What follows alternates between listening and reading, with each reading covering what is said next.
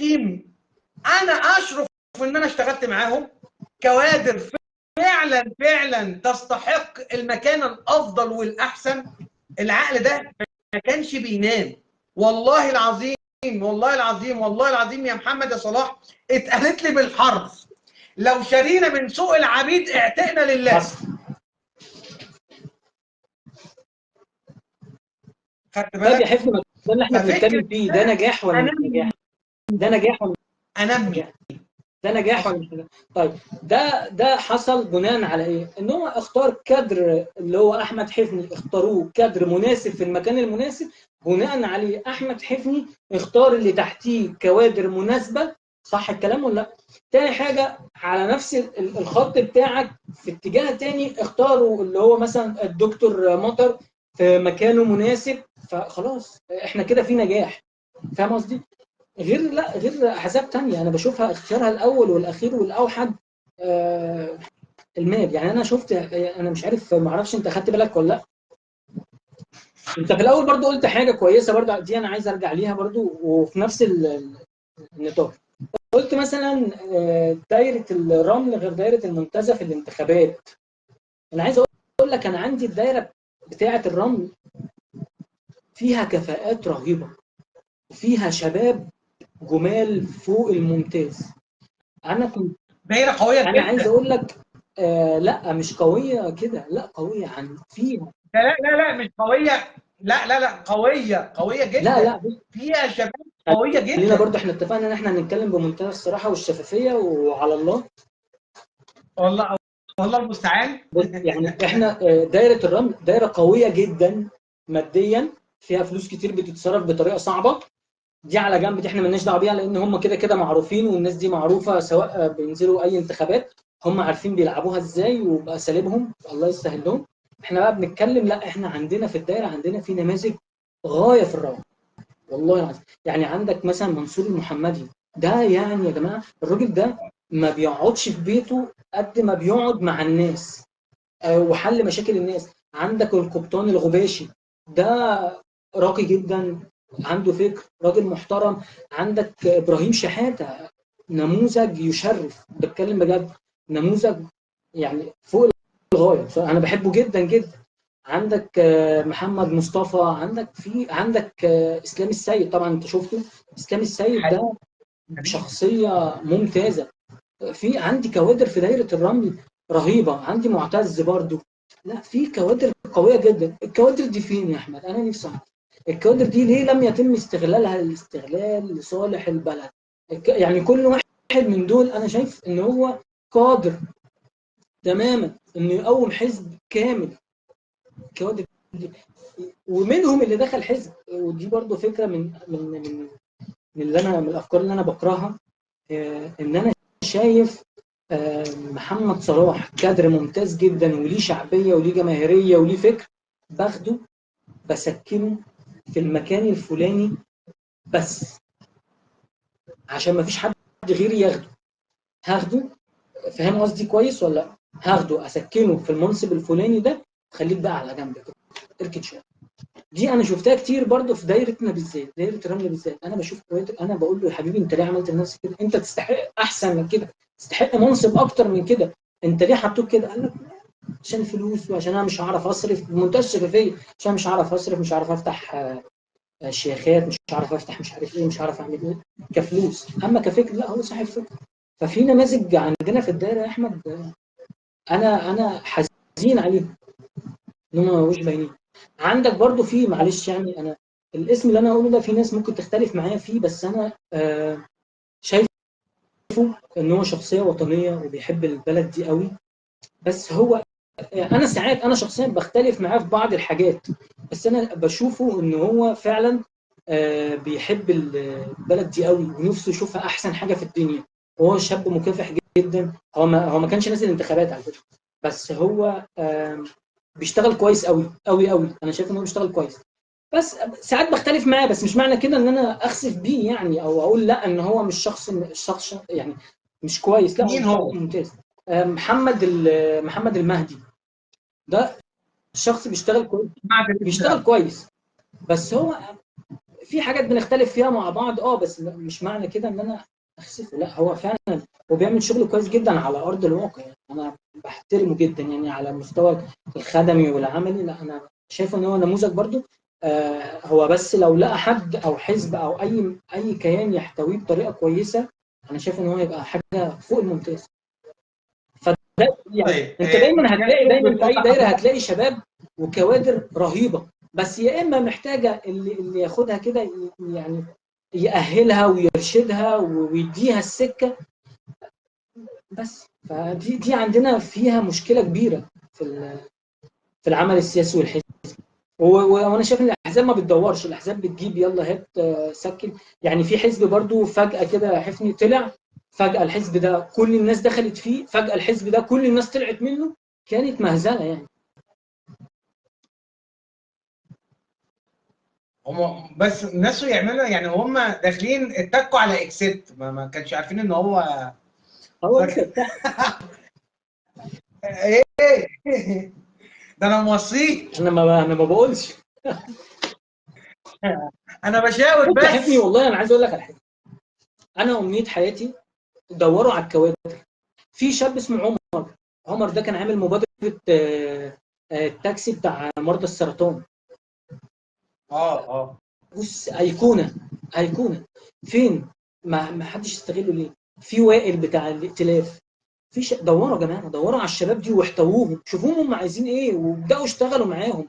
وانت لو لقيت اتجاهه مختلف حاول تقومه تعديله وتاخده معاك، اهله. في كوادر كتير يا احمد بصراحه صعبه. اتمنى الفتره الجايه الاحزاب تاخد الناس دي، لو عايزه فعلا تشتغل سياسه محترمه وتاهيل محترم تشتغل على الشباب. تعرف ان في امانه نوعيه اسمها امانه التدريب والتثقيف شغاله للمواضيع والله دي. يا احمد انا عارف وانت عارف، هل الحزب عارف؟ هل الحزب عارف ايه المهام بتاعت ولو عارف بقى عادي، مش اهتماماتي يعني، انا اهتماماتي حاجات اخرى. طيب حضرتك كنت وما زلت بتناشد ببناء الكوادر والشابه. خلي قلبك جامد، ابو عبد الرحمن بيقول لك خلي قلبك جامد يا استاذ محمد، انت لا تخاف الا الله. ايوه انا بستر من اللي ربنا اللي بعده.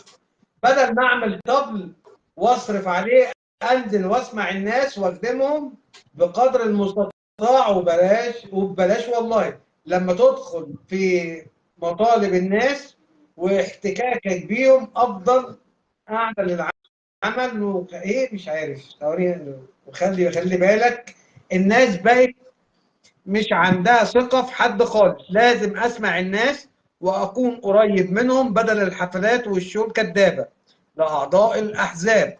ده إحنا في أي تجمع مش بنشوف ناس على قد ما بنشوف أعضاء الطبل والزمر. تمام أستاذة سميرة، منورين الدنيا. عندك تعقيب للأستاذ أبو عبد الرحمن؟ لا طيب طيب بص يا طيب احمد، يعني حاله احباط معظم الشباب اصيبوا بحاله من الاحباط. ده ردي. طيب محمد، مع الإجابة ديت سبحان الله ترتيب السؤال. تمام. ايه النصيحة؟ والله السؤال كده اهو. ايه النصيحة اللي توجهها للشباب اللي عايزين يشاركوا في الحياة السياسية، ونختم بيها الحلقة؟ كده خلاص هنختم. هي اجابتك اللي حطيتنا في السؤال ده. ليه تجاوب بص الإجابة دي؟ يعني انت عايزني انصح الشباب؟ ايه النصيحة اللي توجهها للشباب اللي عايزين يشاركوا في الحياة السياسية، تنصحهم بإيه؟ بص يعني لا انا هتكلم في حاجه، لو انت كشاب لازم تخش الحياه الحزبيه السياسيه والعمل التطوعي، ده حاجه اساسيه انا شايفها. انا كشخص ممكن تختلفوا برضو معايا ولا لا، انا شايفها ان هي فرض. انا شايفها كده ان هي فرض، انت لازم تمارس الحياه دي ولازم العمل التطوعي، عشان بعد كده ما تجيش تلوم حد. لا انت انزل شارك، وانت عملت ايه عشان بعد كده تيجي تلومني؟ انت انزل شارك، انزل شوف، انزل تابع، انزل قول رايك، قول رأي. يعني اصل مش شرط ان انا اقول رايي ان انا ابقى صادم، فاهمني؟ اخش في صدام. لا، انا اقول رايي يا جماعه، والله انا شايف ان وجهه نظري 1 2 3، ممكن انا اقدر اقنع او ما اقنعش. اما بالنسبه للشباب بقى، ازاي تختار الحزب او ازاي تخش، لا انت شوف احتياجاتك انت ايه كشاب للحزب، ومتطلباتك ايه وتطلعاتك ايه للحزب، وخش شوف الاحزاب. اصل هقول لك ما فيش حزب بيفرض عليك ان انت تخشه، لا. انا زي ما قلت لك اتعرض عليا احزاب كتير ورحت وقابلت، لدرجه ان انا قابلت رئيس حزب معين وقعدت معاه وجابوا لي الورقه ان انا همضي. انا قلت له لا، انا مش ممضي، مش همضي. او برده كان بوزيشن قوي جدا في اسكندريه. انا قلت له لا، انا مش همضي. فلا، انت خش وروح الحزب ده وجرب الحزب ده وشوف ده، واقرا عن الاحزاب واقرا عن حقوقك في الاحزاب وحقوق الاحزاب عليك لما تنضم ليها.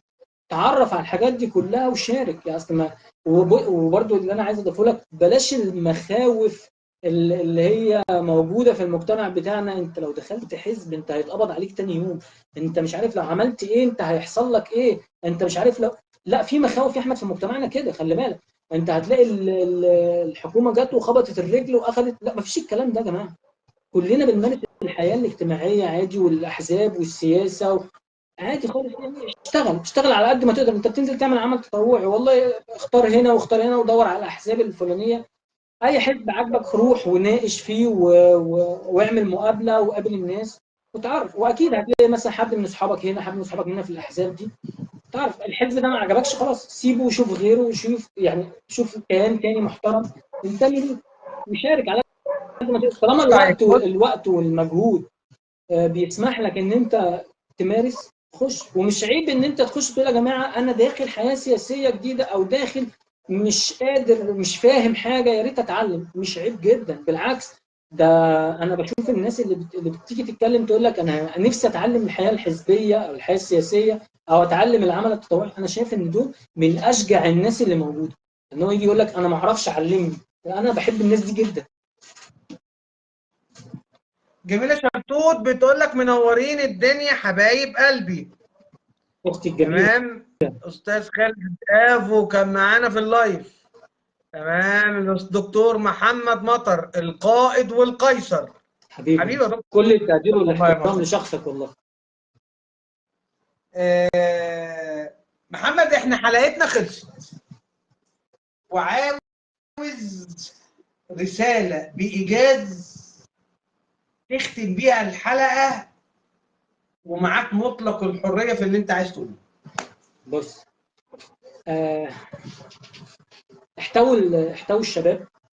حاولوا تجذبوا الشباب، حاولوا تدوا كوادر مشرفة للشباب، عشان الشباب يقول لك انا نفسي ابقى زي الدكتور مطر، نفسي ابقى زي حفني، نفسي بنتي تبقى زي جميلة مثلا، نفسي بنتي تبقى زي هند.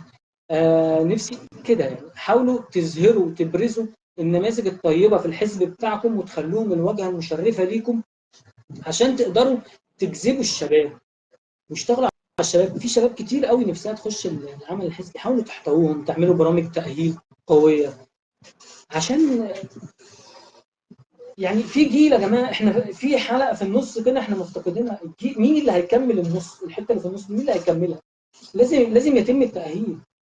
يعني انا في كيان معين انا رحت اتكلمت معاهم، قلت لهم يا جماعه بعد اذنكم يعني اهلوا الناس، اشتغلوا. انتوا ما عندكمش، انتوا يا اما عندكم في ال60 يا في ال50 تحت، ما عندكمش خالص. فصعب قوي يعني. فاتمنى ان هم يشتغلوا على تأهيل كوادر يعني سياسيه محترمه.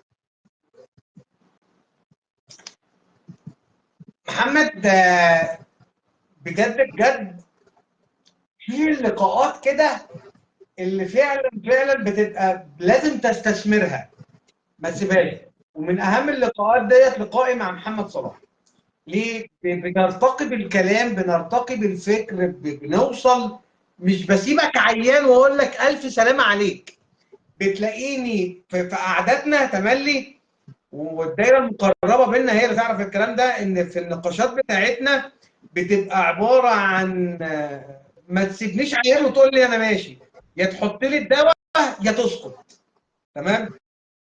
فتملي اللقاءات اللي بتبقى بيننا وبين بعض في الجلسات الخاصه، او حتى كمان في اللايف، واللي يعرف يشوفنا ده النهارده، يشوف اللي احنا عملنا كده فعلا. مش شرط الاسئله اللي انا بسالها اكون مقتنع بيها. انا ممكن اسال اسئله استفز بيها ملكات محمد صلاح، تمام؟ وده انا ما عملتوش النهارده. انا سبت محمد النهارده يرتجل. محمد متحفظ في بعض الوقت، بس كان بيرتجل بعقله، تمام؟ اقول لك على حاجه يا محمد تصدقني فيها قبل ما اقفل اللقاء. ساعات ببقى نفسي اكون انا الضيف. تعرف ان انا مقيد وانا محاور، تمام؟ ما بيبقاش عندي كل الطرح اللي انا عايز اطرحه، تمام؟ ولازم اشيل. النهارده اتكلمت. حصل. وده ما بعملهاش مع الضيوف. ايوه كان هو الباني. هو صح، هو كان جيم ممتاز. محمد صلاح انا مبسوط جدا بالحلقه معاك، وشرفت ان انا طلعت معاك في اللقاء دوت. معاك حلقه محمد صلاح باذن الله الاسبوع الاولاني من كل شهر، تمام؟ هيستفيد وهنتعلم من محمد صلاح. لا لا لا، العفو ما حد، لا ما تقولش كده، عشان انا الكلمه دي بتضايقني جدا جدا. لا، انا كلنا حفني بنتعلم. لا، انا عايز اقول لك، انا في حياتي كلها سواء على المستوى العملي او التطوعي، انا كل يوم بتعلم والله العظيم، وساعات بتعلم من ناس يعني اصغر مني سنا واصغر مني علما مثلا. لا، انا بتعلم كل يوم، بتعلم جديد. فلا، كلنا بنستفيد من بعض، انما ما حدش ولا حد بيتعلم مني ولا حاجه. انا النهارده طلعت معاك، اتكلمت بمنتهى الاريحيه، وعلى فكره انا مش مرتب، لا انا بتكلم على اللي انا نفسي فعلا الاقيه، اللي انا نفسي فعلا ابني انا يطلع يلاقيه، يطلع يلاقي. لا، في مكان بيحتوي الشباب بس والله. فالفكره لا، مش بعلم حد، احنا كلنا بنتعلم. دي من دور الاسئله اللي انا حبيت استفز بيها محمد صلاح عشان اطلع منه الجانب اللي انا عايز اوريه للناس لمحمد صلاح. محمد صلاح انا مبسوط جدا باللقاء معاك، وسعدت وشرفت ان انا اكون معاك، انا اللي ضيف وانت اللي صاحب اللقاء. هقول تفصيله بس بعد ما انت ما تطلع علشان ما احرجكش ووشك يحمر وبتاع، قلت تمام؟ ايه؟ محمد، هقول تفصيله بعد ما انت ما تطلع، تمام؟ عشان بس ما لا تتكسفش لا لا، وشك استاذ يحمر. احمد، اللي انت عايز تقوله قوله. انا اثق فيك ثقه عمياء. حبيبي انت عارف، حبيبي ما مش كلام والله تحرمش. فعلي، بس لا، انا اثق فيك فعلا ثقه عمياء. تسلم وما تحرمش منك ومن ذوقك ومن اخلاقك. انا شرفت ان انا كنت معاك في اللقاء. آه، الاخ والصديق وشقيق القلب زي ما بقول على طول عليه محمد صلاح، انا سعدت جدا باللقاء معاك. في حفظ الله قائد، في حفظ الله.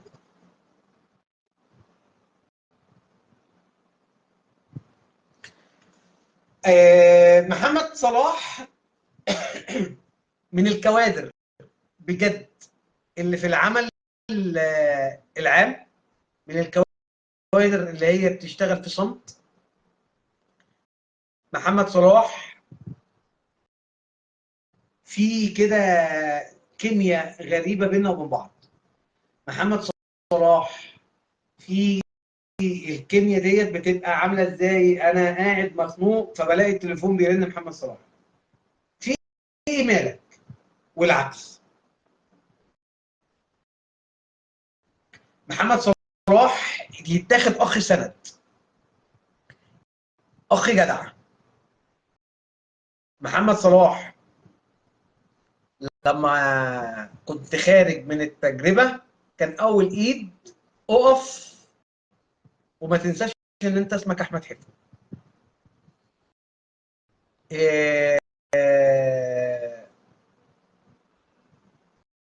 مفيش كلام يكفي ان انا اقوله في حقه. بنبقوا شبه بعض قوي، حتى واحنا بنتناقش، حتى واحنا بنختلف.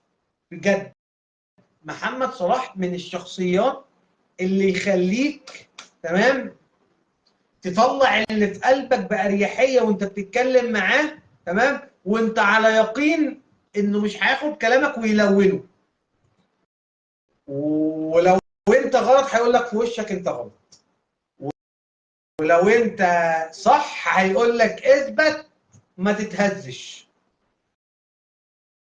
انا بحب محمد صلاح وبشرف جدا ان انا بكون في لقاء معاه، وبحب جدا اسمعه واتناقش معاه. حد صاحب رؤية وافق بجد. كنت بقول لمحمد صلاح في الحلقة انا نفسي اكون ضيف، لان انت وانت كمحاور، تمام، مساحتك محدودة في الطرح، مساحتك محدودة حتى وانت بتقول رؤيتك، تمام. علشان خاطر الجمهور يسمع لازم تديله، بما انك انت صاحب المنبر لازم تديله الوقت الكافي اللي يعبر فيه عن رؤيته، تمام. في حلقة النهاردة لا، كل واحد مننا خد الوقت الكافي ان يعبر عن رؤيته. انا محافظ على مساحته وهو محافظ على مساحته. انا طولت عليكم واسف على الاطاله، سهرتكم معايا، بس هي الاسئله والحوار كان اكتر من ممتع. اشوفكم على خير في حفظ الله من برنامج رؤيتي. السبت الجاي باذن الله الاستاذ احمد طيب ضيف عزيز بيشرف على نكونوا احنا ضيوف عنه باذن الله في البرنامج. انا بقول ان المنبر بتاع رؤيتي مش ملك احمد حفني، هو ملك للضيف، يبقى هو الصاحب وانا اللي نازل عنده ضيف، مش هو اللي عندي ضيف. اشوفكم في حفظ الله ورعايه الله، تصبحوا على خير. السلام عليكم ورحمه الله.